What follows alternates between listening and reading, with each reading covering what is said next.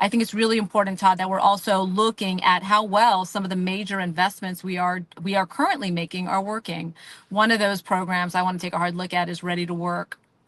Folks may remember this was a program that started during COVID. We had COVID dollars, right, from the federal government. And so I think a perfect example of where San Antonio's heart is in the right place, but the execution has shown that we have some areas to improve, right, based on the data that we now have.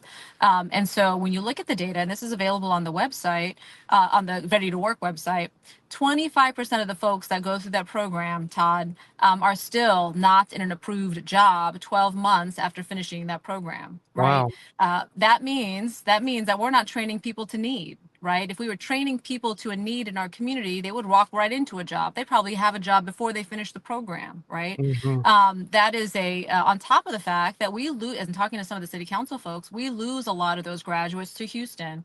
I don't know about y'all, but I don't want to train people to be ready to work in Houston. You got to Right. work in San Antonio, right? And I think it's also really important that the program is working as it was originally sold to voters. Again, this was an intent to upskill folks to prepare them for other opportunities. What it has now turned into, unfortunately, is subsidizing some of the internal development programs at these multi-million-dollar corporations. And the challenge with that is that anybody who's worked in private knows that those companies were going to make those investments regardless, because everybody knows you need Right. to train your folks. But that is not how the program was sold to us.